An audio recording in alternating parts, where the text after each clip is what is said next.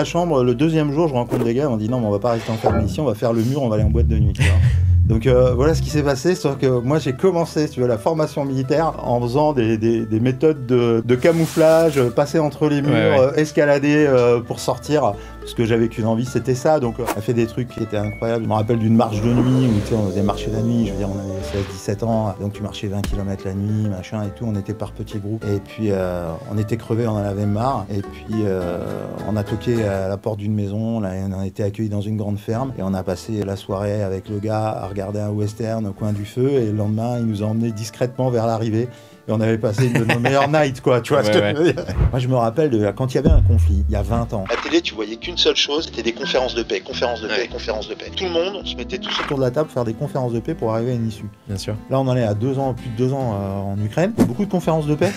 Non. J'ai l'impression qu'on a remplacé les conférences de paix par des conférences de guerre.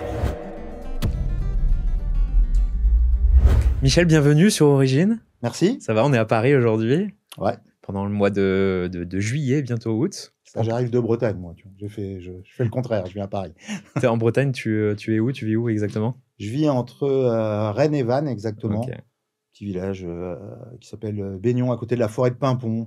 Je suis pas loin de Merlin l'Enchanteur, en fait. Mais pourquoi la Bretagne? Tu m'as dit que tu as déménagé énormément de fois dans ta vie, mais tu as décidé de t'installer en Bretagne. J'ai déménagé 17 fois. En fait, la Bretagne, c'est parce que c'était ma dernière affectation avant de quitter l'armée. J'ai fini aux écoles de Saint-Cyr-Couët-Quidan. Ok. J'ai acheté là-bas et je me suis trouvé bien. Et aujourd'hui, c'est chez moi, la Bretagne, parce que c'est l'endroit de ma vie où j'ai habité depuis le plus longtemps, en fait. Ok. Tu es né en Bretagne? Tu as grandi en Bretagne? Pas du tout, non. Moi, je suis né en Allemagne. Mon père était militaire, ce qui fait que j'ai beaucoup déménagé. Ma mère était allemande, donc je suis né à Offenbourg, en Bretagne, dans une ville de garnison.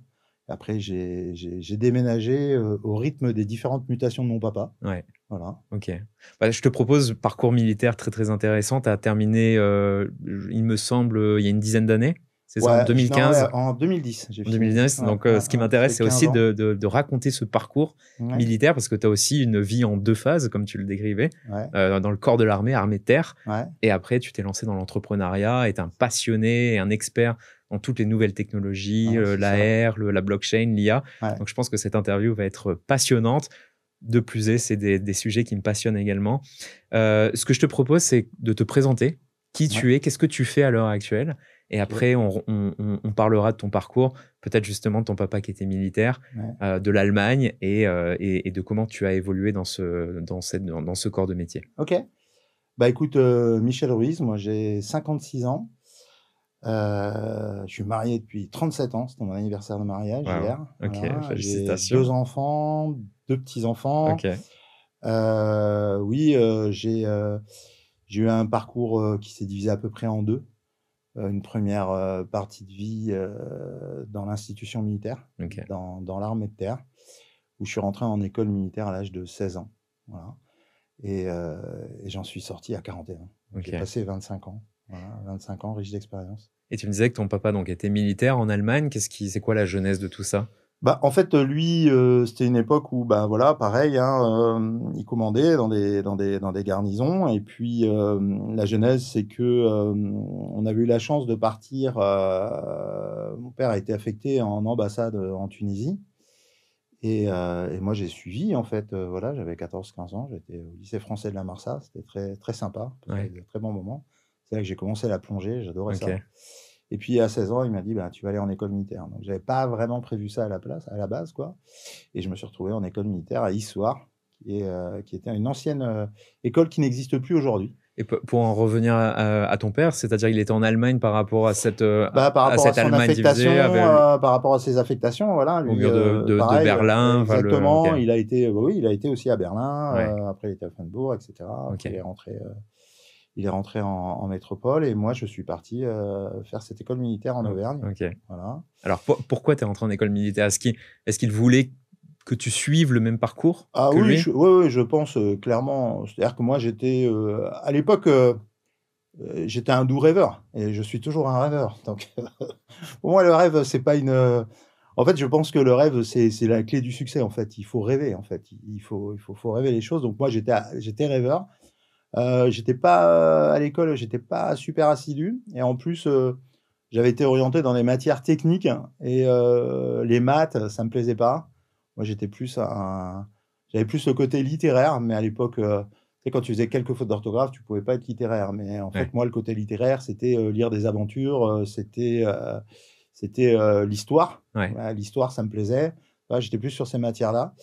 Et il m'a dit, écoute, tu vas aller faire une école sous-officier.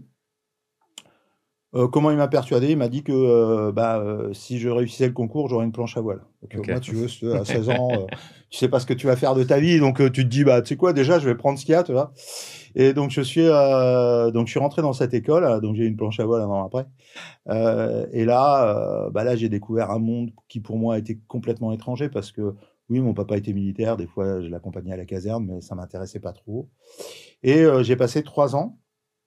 3 ans où tu es jeune parce que entre 16 et 19 ans, tu as envie de t'éclater, faire plein de choses, sauf qu'au lieu d'aller le week-end en boîte avec les copains, tu vas apprendre à te servir d'un fusil, passer la nuit sous la tente, voilà. Mais tu crées des amitiés fortes avec des camarades. Hein, tu commences à créer ce qu'on appelle l'esprit de corps. Voilà. Donc, j'ai fait 3 ans dans cette école.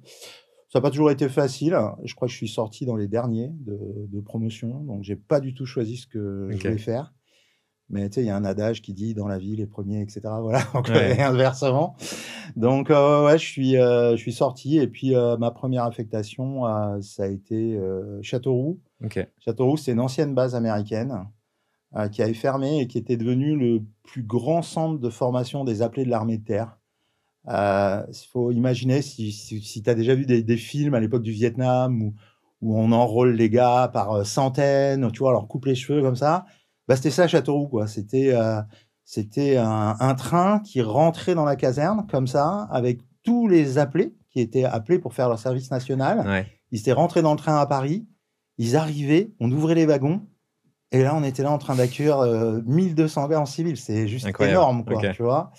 Et je suis rentré là-dedans et moi, je suis arrivé et finalement, j'ai eu de la chance, on va dire, dans mon malheur, parce que je n'avais pas choisi cette affectation. Je ne voulais pas faire ça. Moi, j'avais été formé comme technicien en armement. Puis j'arrive là et on me dit, tu vas faire les classes aux jeunes et tu vas leur apprendre le combat. Ok, mais voilà, j'ai 19 ans. Et je me suis retrouvé avec des jeunes. Au début, je devais être adjoint d'un chef de section. Je devais être juste sergent, quoi, adjoint du chef de section, maréchal des logis. Et puis, manque de bol, mon chef de section, il est malade, il s'en va. Et on me dit, c'est vous le patron. Et en gros, j'ai 19 ans. Je me retrouve à la tête d'une section de 40 gars, dont certains sont plus âgés que moi. Que toi, Je connais pas grand-chose. C'est un autre monde. C'est une autre époque. Tu vois, j'ai pas de permis poids lourd, on me fait passer le permis. 2 semaines après, je conduis, il y avait un mec dans la caisse derrière. Tu vois, c'est à peu près ça le niveau. Et ça, je l'ai fait pendant 4 ans, où la plupart des gens le font que pendant 1 an. J'ai énormément appris, et en fait, j'ai appris l'art du commandement et du management, et j'ai découvert des choses incroyables. C'est-à-dire que j'ai formé des jeunes qui savaient ni lire ni écrire, et puis j'ai formé aussi des polytechniciens. Donc, en fait, j'avais tout le panel de la société française devant les yeux. Et ça m'a touché, ça m'a beaucoup appris. Ça m'a appris le leadership, le management, le commandement. Tu vois, dans l'armée, on parle de commandement. Dans le civil, on parle de management. Globalement, c'est à peu près la même chose. C'est comment arriver à un objectif en fédérant les gens, quoi. Bien sûr. Donc ça, c'était top. Quand tu arrives à l'école militaire à l'âge de 16 ans, est-ce que tu restes avec des enfants, enfin 16-17 ans, ou tu es mélangé avec d'autres militaires adultes? On est tous de la même classe d'âge à peu près. Hein. Il y en a qui sont un peu plus vieux, tu vois, on est entre 16 et 18 ans. Voilà, on rentre tous dans le même parcours. Et c'est une école technique à l'époque, Issoire, où tu fais première, terminale, le bac, et puis après, tu fais la formation technique militaire plus militaire avancé, quoi. Voilà. À quoi ça ressemble une formation, un parcours militaire quand tu es un étudiant comme ça? Je viens de comprendre, donc tu termines tes études jusqu'à l'obtention du bac, mais à côté, tu as une formation justement pour servir ton pays. Moi, à quoi ça ressemble? Comment te dire? Je voulais pas y aller. Quand j'arrive là-bas, on m'habille différemment. Je dois apprendre les grades, je dois tout faire. Moi, mon truc, c'est avoir ma planche à voile, t'as bien compris. Donc, je suis complètement... c'est pas mon délire, en fait, quoi.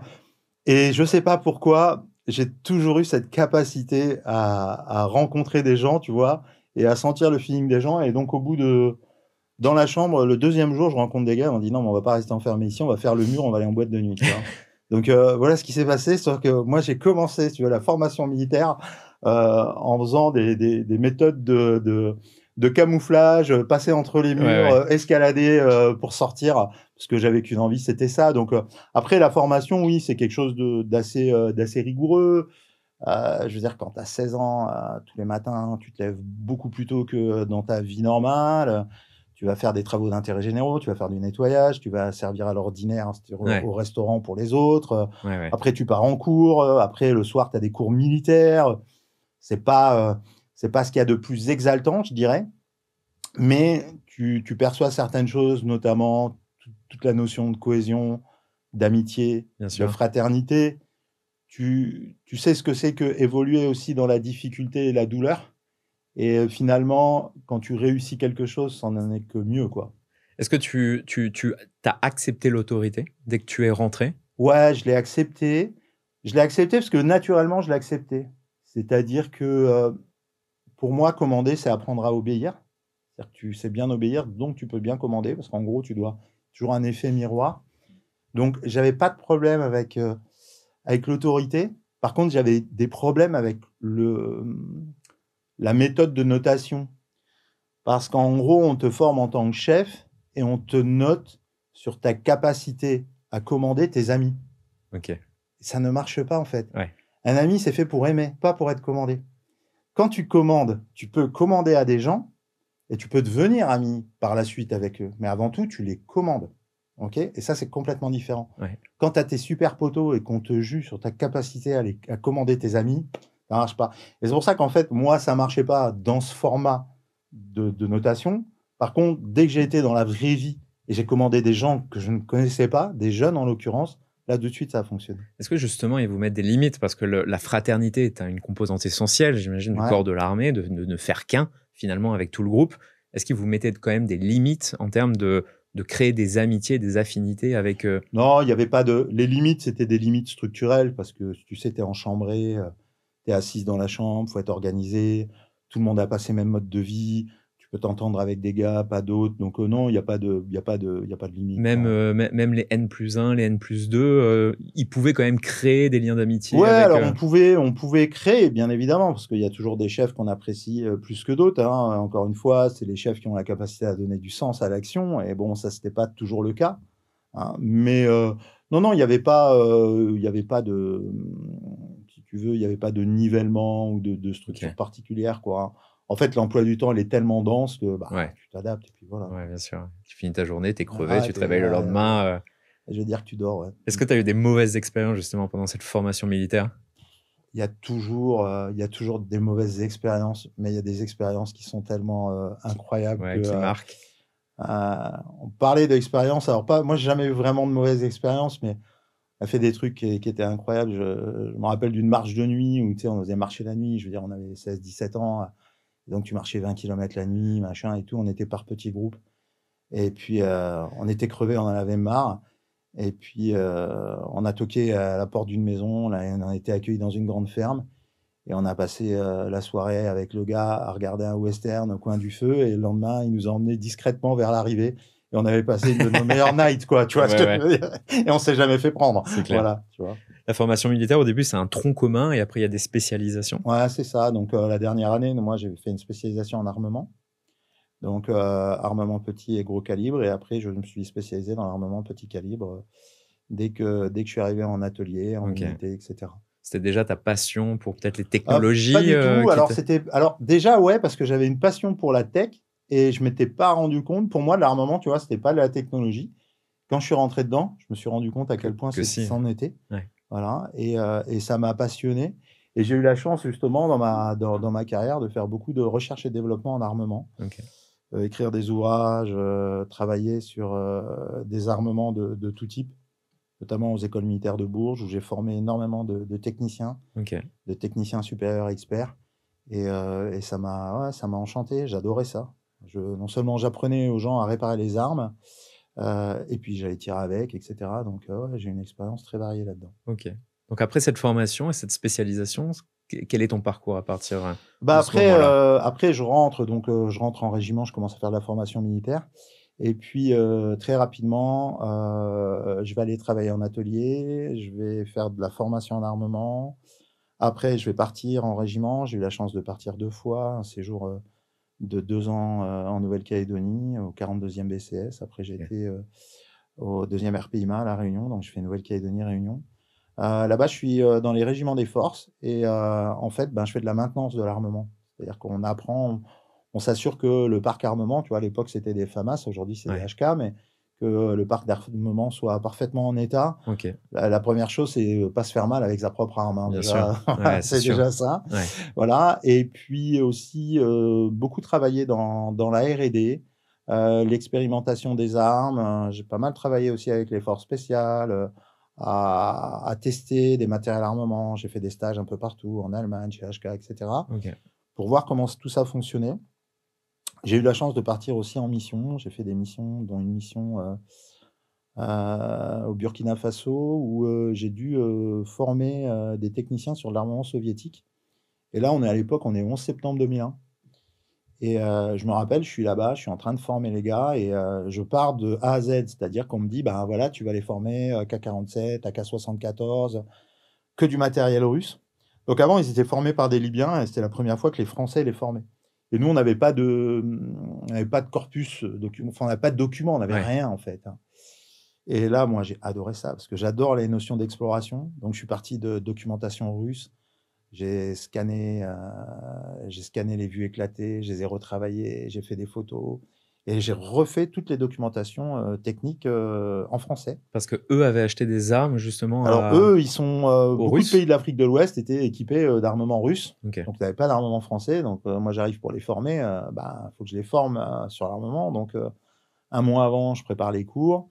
Et puis, j'attaque les formations et je vais jusqu'au bout. Et là, je m'en rappellerai toujours, j'ai pas beaucoup de téléphone. J'ai un petit téléphone portable à l'époque. Et là, on m'appelle, on me dit regarde. Et là, je regarde la télé, je vois les tours tomber. Le World Trade Center s'écrouler.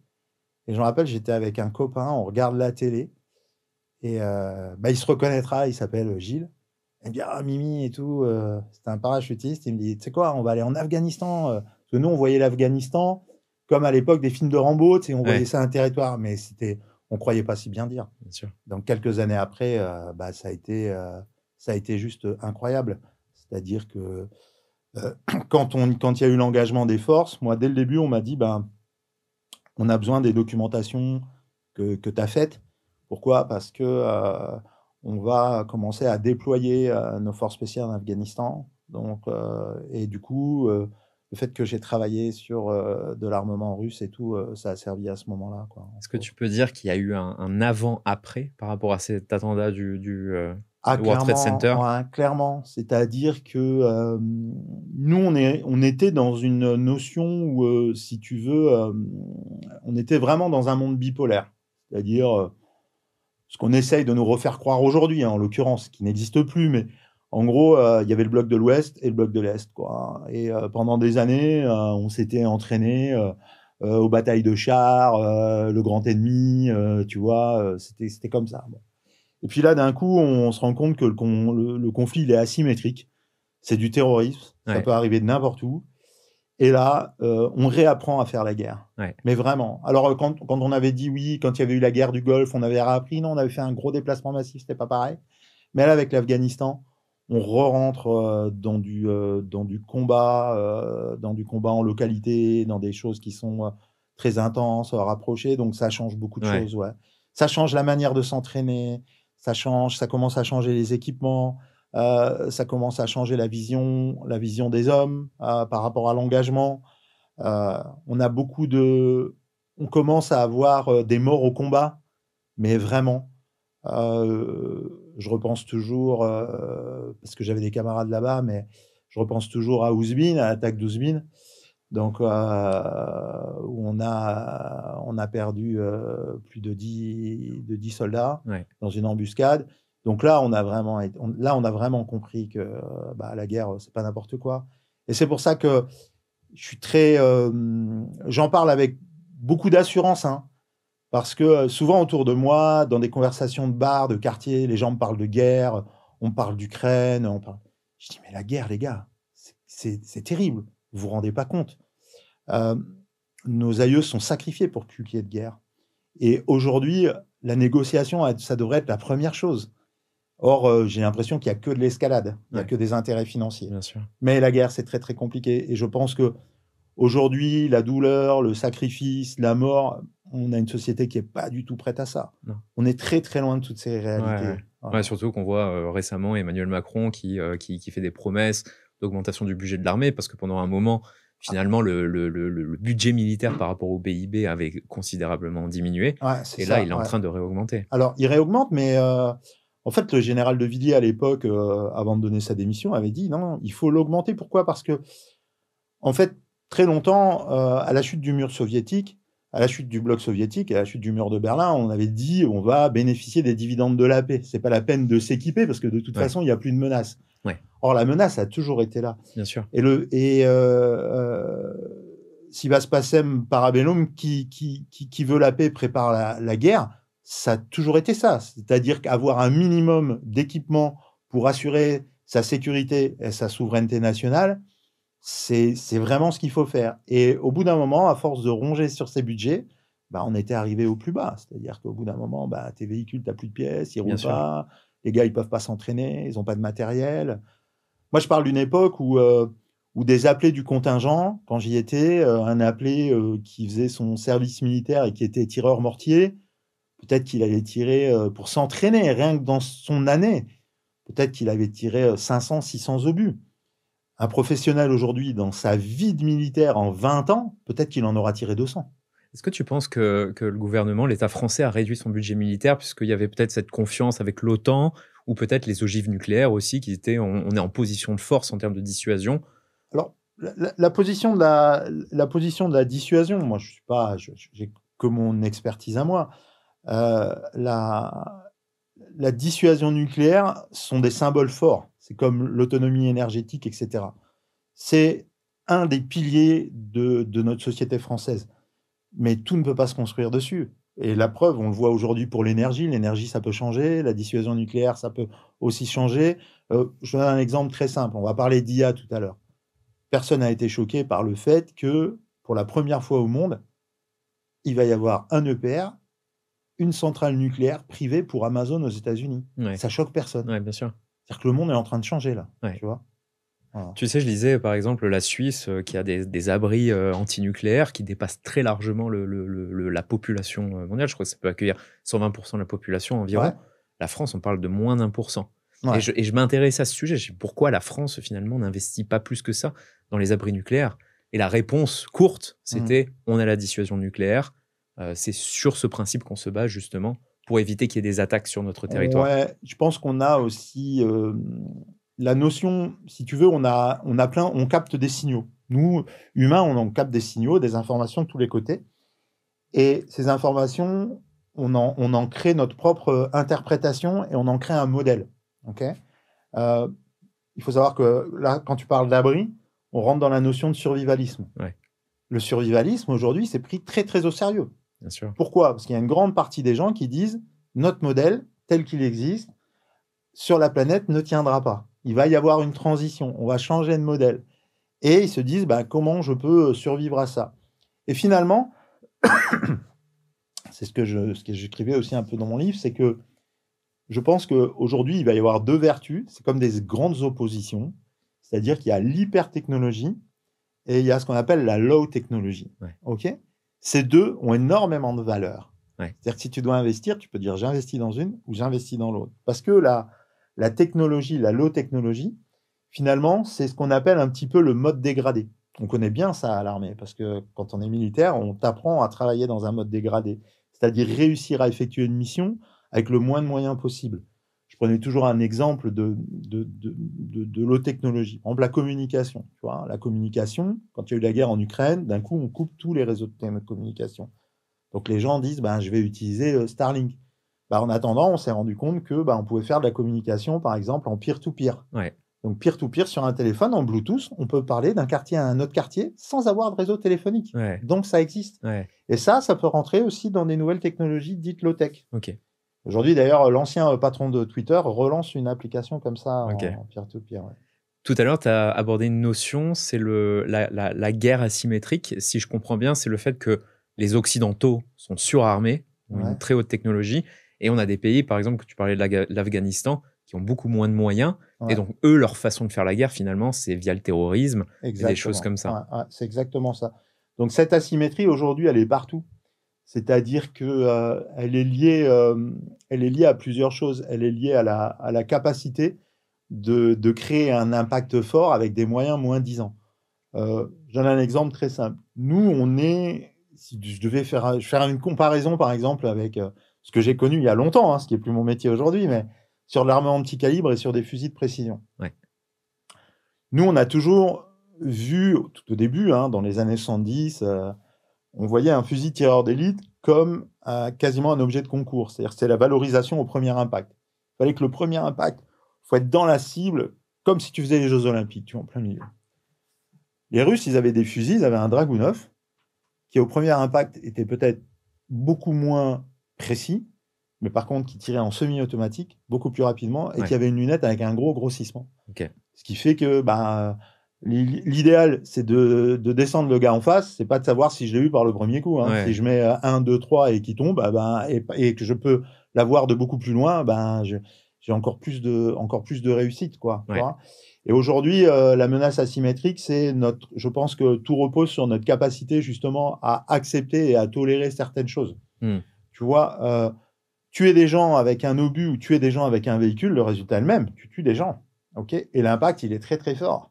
Donc aujourd'hui, si tu veux, le terrorisme tel qu'on le perçoit, quand tu vois de la foule, quand tu vois des rassemblements, forcément, la police, ils sont sur les dents parce que une menace est toujours possible. N'importe qui, on le voit de plus en plus. Bien sûr. C'est-à-dire que là, on est vraiment dans le low technologie. Un fou prend une voiture, rentre dans la foule. Tu vois, c'est terrible. Et en plus, on a maintenant, par exemple, les Iraniens qui font de la prise d'otage, qui est une manière, si je puis dire, de faire de la néo-guerre.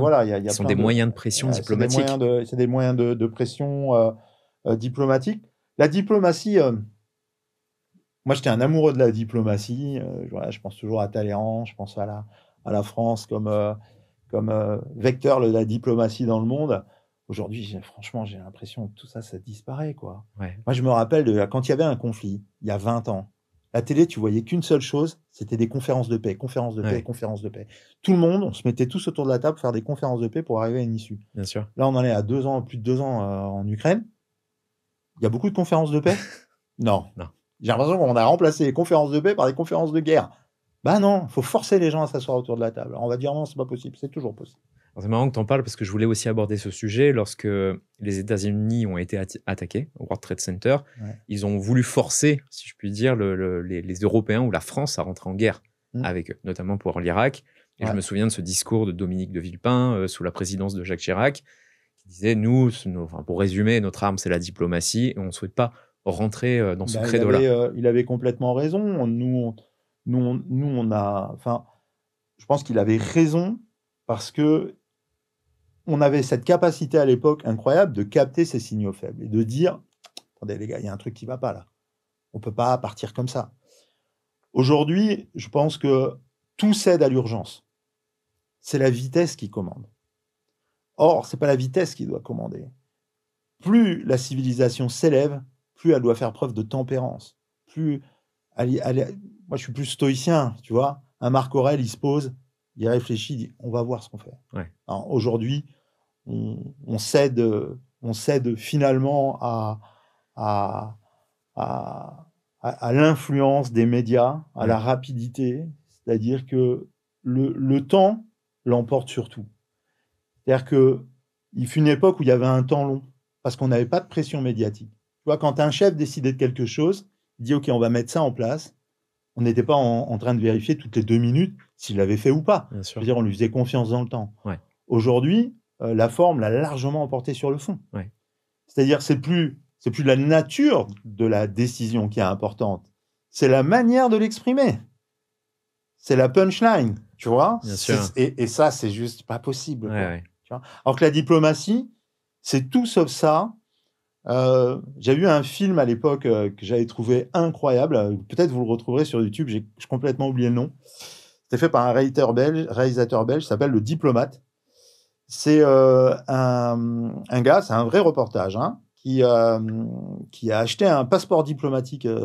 Il a réussi à avoir un passeport diplomatique centrafricain.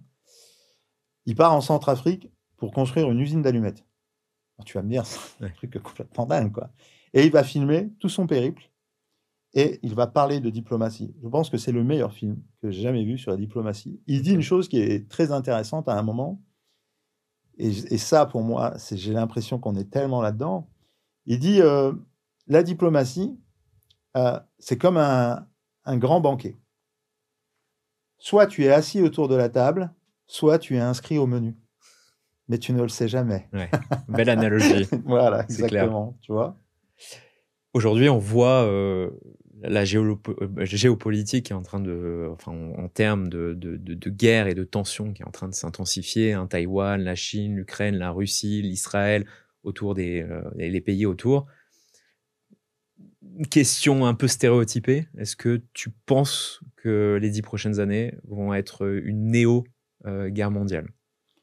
Alors, moi, je pense qu'il va y avoir des tensions plus qu'extrêmes. Et aujourd'hui, ce qui commande à ces tensions, ça reste la finance. C'est quand même, il y a toujours des intérêts financiers. Ouais. C'est-à-dire que à tous les niveaux. C'est-à-dire les intérêts financiers, ça a été le cas. Parce que, si tu veux, des fois, on fait des guerres parce que ça permet de construire des armes et ainsi de suite. Okay, donc, moi, je pense qu'on se dirige vers un bouleversement profond. Un bouleversement de type civilisationnel. Okay, et qu'il y a la discussion, la négociation, la capacité, quel que soit le moyen, à mettre les gens autour de la table devient très, très importante. Il faut réapprendre la diplomatie. On est en train de perdre ça. Je crois qu'il y a même l'école du corps diplomatique en France qui a fermé ses portes. Donc, je me pose encore des questions. Tu vois, je pense qu'il faut remettre ça au goût du jour. C'est le plus important. C'est-à-dire qu'aujourd'hui, il faut réapprendre à discuter. Je vais donner un exemple très simple. Moi, j'étais formateur pendant des années. En formation, on explique que ce qui est le plus important, enfin, c'est un des fondamentaux en formation, ce qu'on appelle l'écoute active. C'est la capacité à écouter quelqu'un en faisant abstraction de tout le reste. Pas de ce que j'ai envie de dire, pas de ma propre position, pas de l'image que je vais donner. Mais je me concentre sur ce qu'il me dit. Qu'est-ce qu'il est en train de me dire? Quel est le message qu'il est en train de me passer?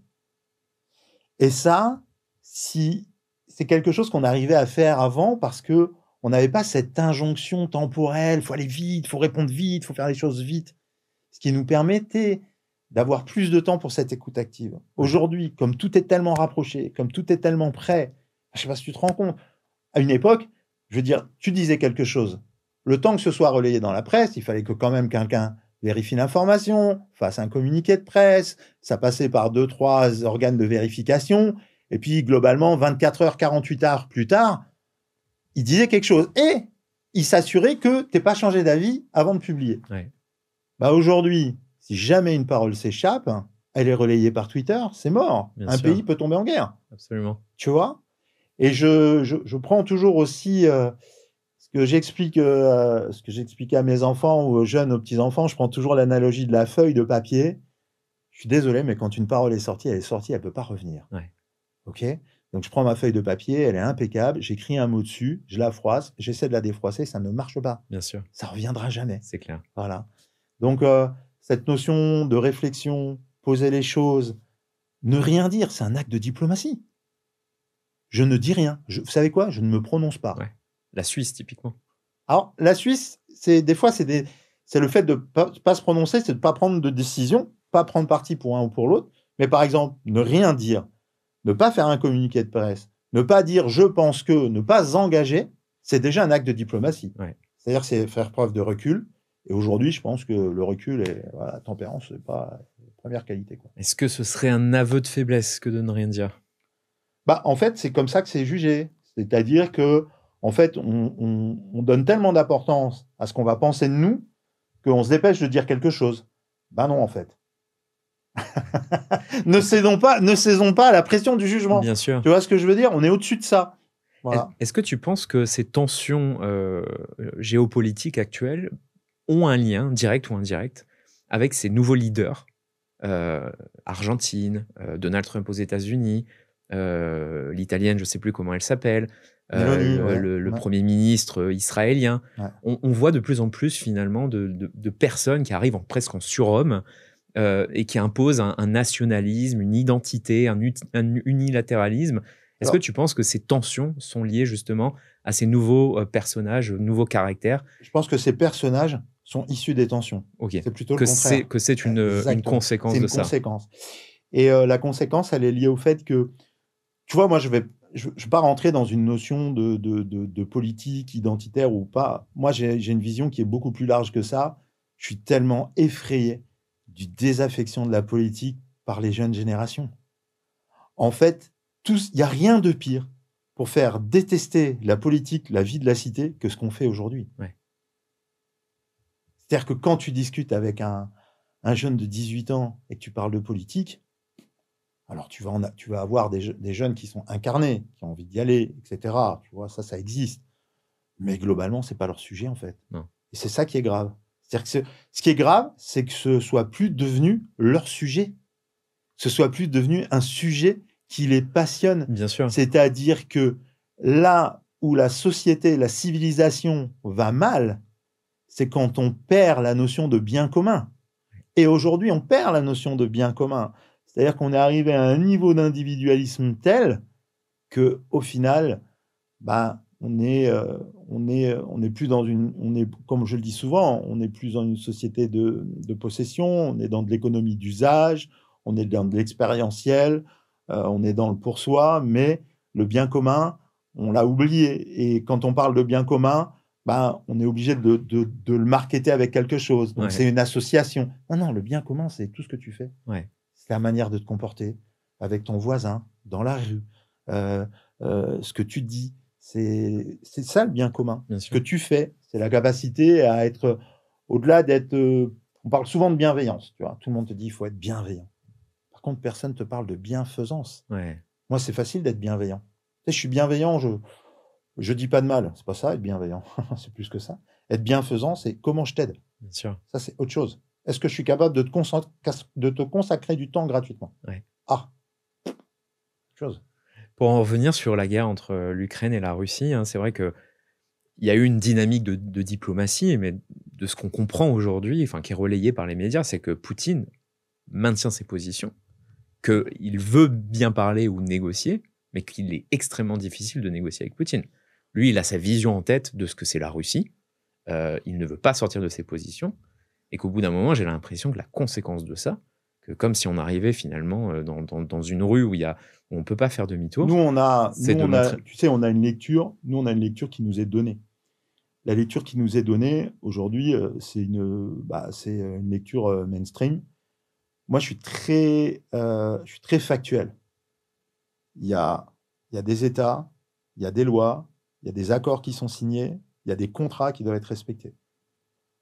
La première question, c'est se dire pourquoi il est rentré en Ukraine. Ça, c'est la première question qu'il faut vous poser. Ouais. Et il faut regarder les accords de Minsk, qu'est-ce qui a été rompu, comment l'Europe s'est complètement désengagée. C'est-à-dire qu'on a tellement d'assurance, on est tellement prétentieux, qu'à un moment, on n'écoute pas les gens qui nous entourent. C'est ça les conséquences de ce qui arrive. Donc aujourd'hui, moi, ce qui est terrible, c'est que moi, c'est pas si tu veux, c'est pas la notion d'un pays contre un autre. C'est la notion de guerre que j'extrais. Je me dis, comment aujourd'hui c'est encore possible? Comment aujourd'hui on doit prôner l'escalade alors que c'est encore possible? Ouais. Je veux dire, on était proche d'un accord de paix 2 mois après l'engagement. L'accord de paix balayé d'un revers de la main par l'Angleterre qui fait plus partie de l'Europe aujourd'hui. Enfin, on oublie tout ça. Ouais. Tu vois. Donc, moi, je pense que aujourd'hui, globalement, s'il devrait y avoir quelque chose, il devrait y avoir un élan communautaire en disant, OK, on veut une conférence pour la paix. Ouais, moi, je demande ça. Faites une conférence pour la paix.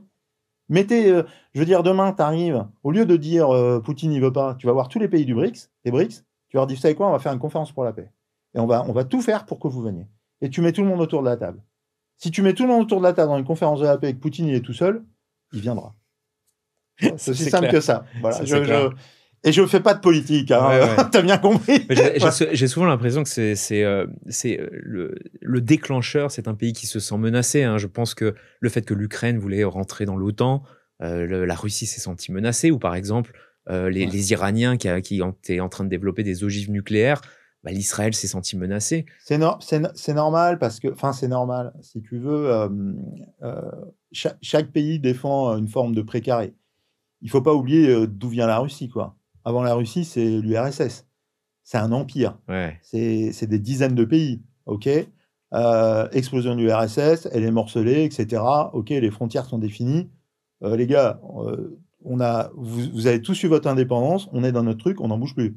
Tu vois, faut quand même le voir comme ça aussi, quand même. Ouais. Tu vois, ouais. On part d'un empire, hein, quand même. On part pas d'un petit pays, quoi. Non, voilà. Qui était la Mongolie, enfin, le grand empire mongol. Donc on part de quelque chose d'hyper important. Okay. Ouais.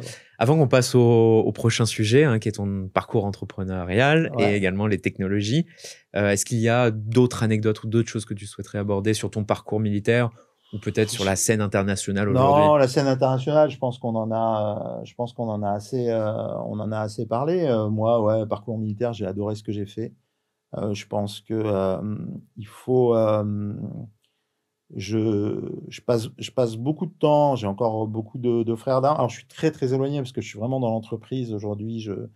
J'ai l'impression d'être décalé parce qu'en 15 ans, tu vois, il se passe beaucoup de choses. Mais j'aimerais qu'on amène un regard plus que bienveillant à toutes les jeunes générations qui ont décidé de s'engager. Parce que c'est pas simple, en fait, tu vois. C'est pas simple quand les gens me disent « tiens, ils sont en train de se balader et tout ». Non, quand tu fais sentinelle et que tu marches toute la journée, machin, etc., c'est fatigant, etc. T'as pas la même... En fait, c'est le côté serviteur de la France. Moi, je pense que ça, c'est très, très important. Parce qu'à un moment, on essaie d'effacer tout ça. Il y a la notion de servir. Ouais. Et moi, le message que j'ai envie de dire, c'est... tous ces gens qu'on voit autour de nous, ce qu'on appelle les corbiers, les militaires, les gendarmes, les policiers, les douaniers, etc., tout en haut de leur promesse de l'engagement, il y a servir. Et servir la France, servir l'État. Ouais. Tu vois, servir les couleurs de la France. Ouais. Cette notion de service, aujourd'hui, elle est hyper importante parce que, et c'est elle qui doit être remise le plus en avant. Et c'est pour ça que moi, j'aime bien en parler. Parce que aujourd'hui, on est passé de servir à se servir. Bien sûr. C'est un peu différent, quoi. Est-ce que tu parlais de ces jeunes de 18 ans qui se désintéressent petit à petit de la politique, mais vis-à-vis de ces tensions, tu parlais de servir pour sa patrie, pour son pays.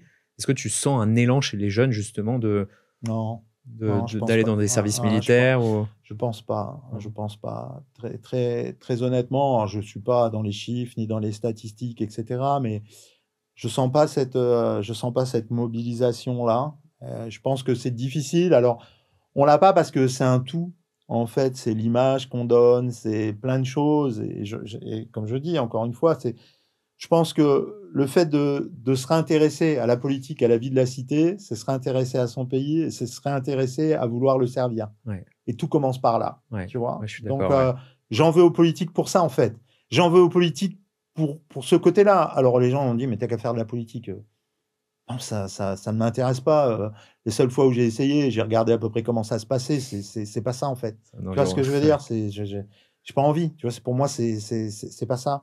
Et pour moi, demain, j'adore les politiques de certains pays, style la Suède ou autre. Tu vois, il n'y a pas de notion d'argent, il n'y a pas de notion de pouvoir, il y a une notion de service, il y a une notion de citoyenneté forte, très très marquée. Ouais. Il n'y a pas de parcours, de cursus absolument imposé.